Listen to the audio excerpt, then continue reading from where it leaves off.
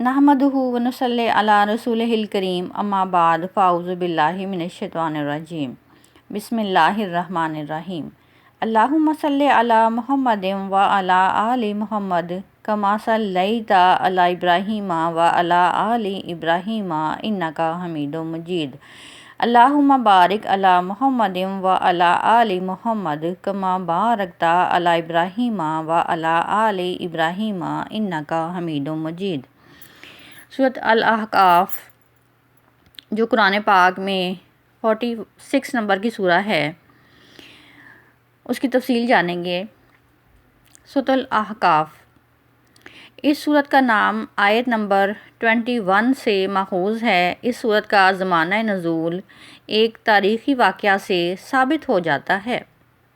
جس کا ذکر آیت 29 تا 32 میں آیا ہے۔ اس صورت میں جنوں کے آنے اور قرآن پاک سن کر واپس جانے کا جو واقعہ بیان ہوا ہے، وہ حدیث کی روایتوں سے معلوم ہوا ہے کہ اس وقت پیش آیا تھا جب نبی پاک صلی اللہ علیہ وسلم طائف سے مکہ کی طرف پلٹتے ہوئے نخلا کے مقام پر ٹھہرے تھے، اور تمام معتبر تاریخی روایات کے مطابق آپ صلی اللہ علیہ وسلم طائف تشریف لے جانے کا واقعہ ہجرت سے 3 سال پہلے کا ہے، لہٰذا یہ وقت متعین ہو جاتا ہے کہ یہ سورہ 10 نبوی کے آخر یا 11 نبوی میں نازل ہوئی۔ یہ سورت اس گروپ کی آخری مکی سورہ ہے۔ اس کے بعد 3 سورتیں مدنی ہیں، جن میں کہ انہی وعدوں کی تکمیل ہے جن کا پچھلی مکی سورتوں میں ذکر ہوا ہے۔ اس کا قرآنی نام وہی ہے جو پچھلی سورہ کا ہے، اور اس کی تمہید بھی اول اور آخر پچھلی سورت کی طرح ہے۔ اس میں منکرین قرآن کا نہایت صاف الفاظ میں واضح کیا گیا ہے کہ قرآن جس روز قیامت سے تم کو ڈرا رہا ہے اور خبردار کر رہا ہے، وہ ایک امر شدنی ہے جو کہ آ کر رہے گی شرک اور شفاعت کے بل پر۔ اگر تم اس کی آمد کو نظر انداز اور پیغمبر صلی اللہ علیہ وسلم کو ایک ساحر قرار دے رہے ہو، تو یاد رکھو کہ تمہارے اس الہام کی درستگی کی کوئی شہادت موجود نہیں ہے۔ برعکس اس کے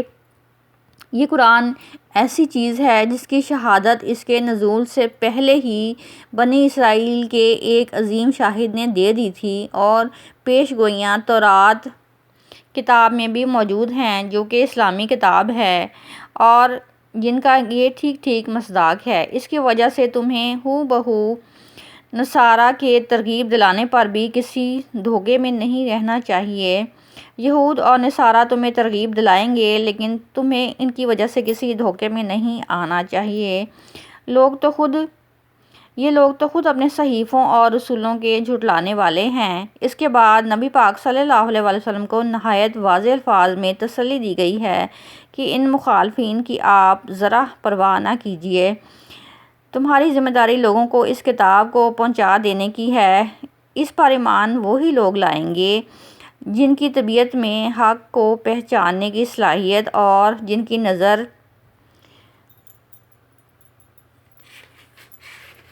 اپنی آخرت کی درستگی کی طرف ہے۔ ان لوگوں سے کسی خیر کی امید نہ رکھو جو بالکل کسی کو اپنے سے بڑا نہیں جانتے۔ تم جو چیز پیش کر رہے ہو، جو قرآن پاک پیش کر رہے ہو، اس کی اصل آفرینی کا حال تو یہ ہے کہ راہ چلتے جنوں کے کانوں میں بھی اس کے کلمات پڑ گئے ہیں، تو وہ بھی اس پر فریفتہ ہو گئے ہیں کہ ان لوگوں پر اس کا اثر نہیں پڑ رہا ہے۔ تو اس میں قرآن پاک کے کلام کی کوئی خرابی نہیں ہے، بلکہ یہ ان لوگوں کے دلوں کی ہی خرابی ہے۔ تم صبر کے ساتھ اپنا کام کرو اور ان کو ان کے انجام کے حوالے کرو، جس کے ظہور میں اب زیادہ دیر نہیں ہے۔ آیات کا مفہوم کچھ یوں ہے کہ 1 تا 14 میں فرمایا گیا ہے کہ قرآن پاک خدا کی طرف سے نازل ہوا صحیفہ ہے، لیکن جو لوگ آخرت کے منکر ہیں وہ اس سے احتراز کر رہے ہیں، حالانکہ یہ دنیا بچوں کے کھیلنے کی جگہ نہیں ہے، بلکہ اللہ تعالیٰ نے ایک مقصد کے ساتھ اس کو بنایا ہے۔ اس کے لیے ضروری ہے کہ ایک دن اس کی مدت پوری اور اس کا انجام ظاہر ہو۔ ان لوگوں کا اعتماد اپنے شرکاء اور شفعاء پر ہے۔ ان کا گمان یہ ہے کہ قیامت ہوئی تو سفارشی خدا ان کو خدائے پاک کے عذاب سے بچا لیں گے، حالانکہ ان شرکاء کے حق میں نہ تو کوئی نقلی دلیل موجود ہے اور نہ ہی کوئی عقلی دلیل موجود ہے۔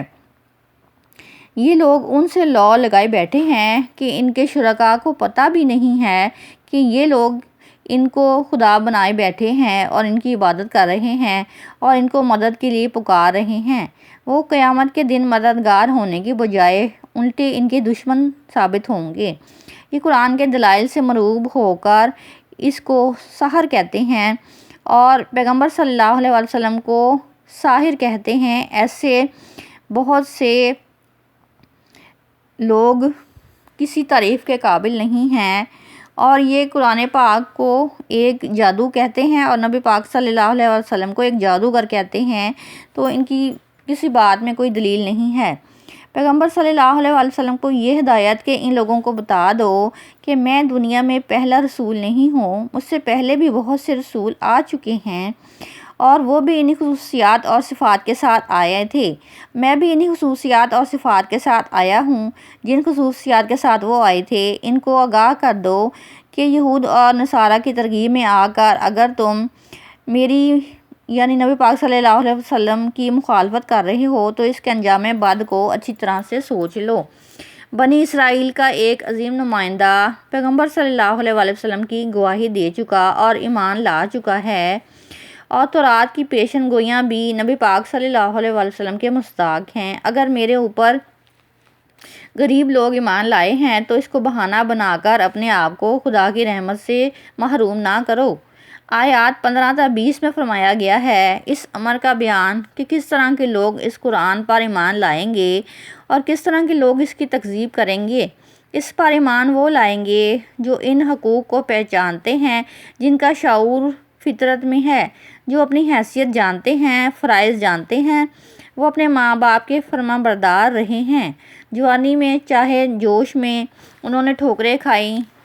جوانی کے اثر کے باعث انہوں نے جوانی کا اثر لیا، لیکن جب وہ گرے تو انہوں نے خود کو سنبھال لیا، یہاں تک کہ جب وہ پختگی کے سنو سال یعنی 40 سال کے لپیٹے میں آئے تو انہوں نے صدقے دل سے توبہ کر لی اور ایک رب کہ اے رب اب تو ہمیں سنبھال، ہم تیرے انعامات کا شکر ادا کر سکیں، اب ہمیں عمل صالح کی توفیق بخش، ہماری اولاد کو بھی صالح بنا، ہم نے تیری طرف رجوع کیا اور تیرے فرمانبرداروں میں سے ہیں۔ اس طرح کے سلیم الفطرت لوگوں سے اللہ تعالیٰ درگزر فرمائیں گے اور ان کو جنت میں شامل کریں گے۔ اس کو جھٹلانے والے وہ ہوں گے جنہوں نے اس کے برعکس بالکل مادر پیدر آزاد زندگی گزاری، نہ تو انہوں نے ماں باپ کے حقوق پہچانے اور نہ ہی خدا کے حقوق کا کبھی ان کو خیال آیا۔ اگر ماں باپ نے آخرت اور حساب کتاب سے ڈرایا تو ان نافرمانبردار اولاد نے انہیں جھڑک دیا کہ یہ سب بے فرضی باتیں ہیں، ہم اس طرح کی خرافات پر ایمان لانے کو تیار نہیں ہیں۔ اگر مرنے کے بعد پھر زندگی ہے تو آخر جو بے شمار مخلوق مر چکی ہے وہ زندہ ہو کر سامنے کیوں نہیں آ جاتی؟ مذکورہ دونوں قسم کے لوگوں کے لیے اللہ کے ہاں ان کے اعمال کے اعتبار سے سزا یا جزا ہوگی۔ نیک لوگ اپنی نیکیوں کا صلہ پائیں گے اور بد اپنی برائیوں کی سزا بھگتیں گے۔ اللہ تعالیٰ کسی کے ساتھ ناانصافی نہیں کریں گے۔ وہ متکبرین جو قرآن کی مخالفت میں اس طرح کی باتوں کو دلیل بنا کر بیٹھے ہیں اور غریب لوگوں نے قرآن پاک کو قبول کر لیا ہے جبکہ امیر لوگوں نے اسے قبول نہیں کیا ہے، تو وہ اپنے انجام کا خود اثر لیں گے اور دوزخ کی آگ میں جھونکے جائیں گے۔ تو ان سے کہا جائے گا کہ تم اپنے حصے کی اچھی چیزیں دنیا میں لے چکے ہو، اب تمہارے لیے یہاں ذلت کے سوا کچھ بھی نہیں ہے۔ آیات 21 تا 28 میں فرمایا گیا ہے قریش کی تنبیہ کے لیے قوم عاد کی مثال دی گئی ہے کہ ان کو بھی تمہاری ہی طرح اللہ تعالیٰ کی پکڑ سے ڈرایا گیا تھا، لیکن انہوں نے اپنی قوت اور ثروت کی بنا پر پرواہ نہیں کی۔ بالآخر اللہ تعالیٰ نے ان کو ہلاک کر دیا، حالانکہ وہ تعمیر و ترقی اور تمدن کے لحاظ سے تم سے کہیں بڑھ چڑھ کر تھے، لیکن ان کی ساری ذہانت اور فطانت اللہ تعالیٰ کے مقابلے میں ان کی کچھ کام نہیں آئی تھی۔ آیات 29 تا 32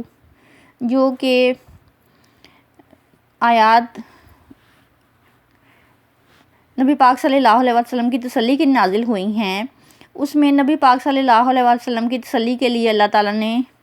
فرمایا ہے کہ قرآن سے متعلق جنوں کے تاثر کا حوالہ دیا گیا ہے کہ اگر قریش کے ناقدرے قرآن کی قدر نہیں کر رہے تو اس میں قرآن کا یا تمہارا کوئی قصور نہیں ہے، بلکہ یہ انہی کے دلوں کی خرابی کے نتیجہ ہے۔ قرآن کی تاثیر کا حال تو یہ ہے کہ جنوں کی ایک جماعت کے کانوں میں اس کی کچھ آیتیں پڑ گئیں، بالاتفاق انہوں نے آیات کو سنا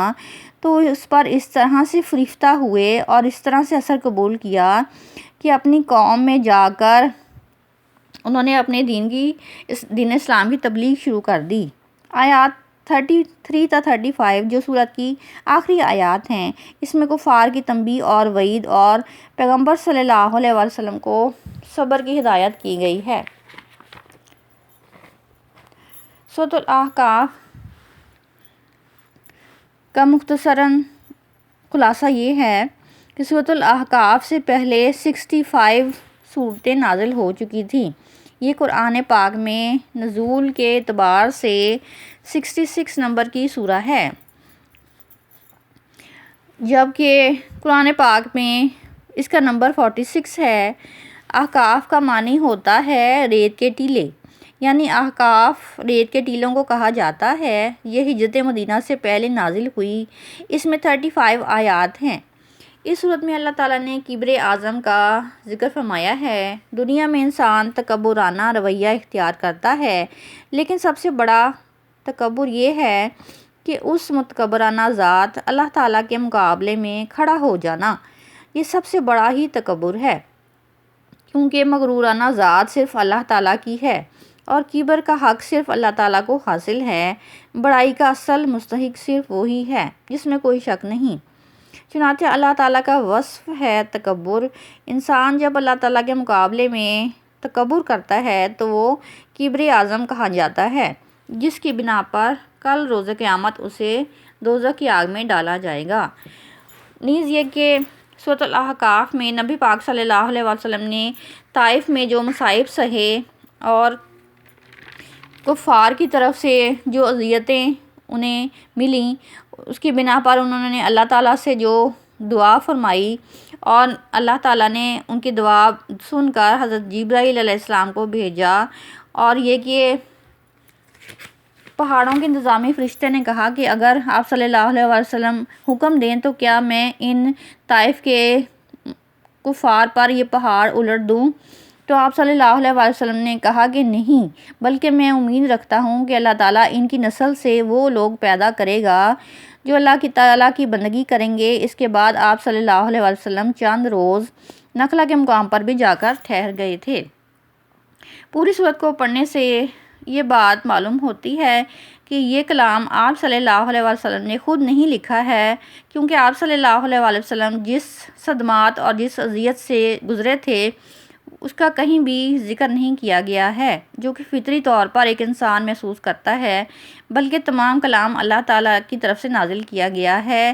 اور صرف وہ دعا جو آپ صلی اللہ علیہ وسلم نے اللہ تعالیٰ سے فرمائی اس میں آپ صلی اللہ علیہ وسلم کے جذبات کا اظہار ملتا ہے۔ اس کے علاوہ جو رسالت کا عجیب تصور کفار میں ذہن میں تھا اس کو واضح کرنے کے لیے اور اس اعتراضات کے جواب دینے کے لیے اللہ تعالیٰ نے یہ سورت نازل فرمائی۔ وآخر دعوانا ان الحمد للہ رب العالمین۔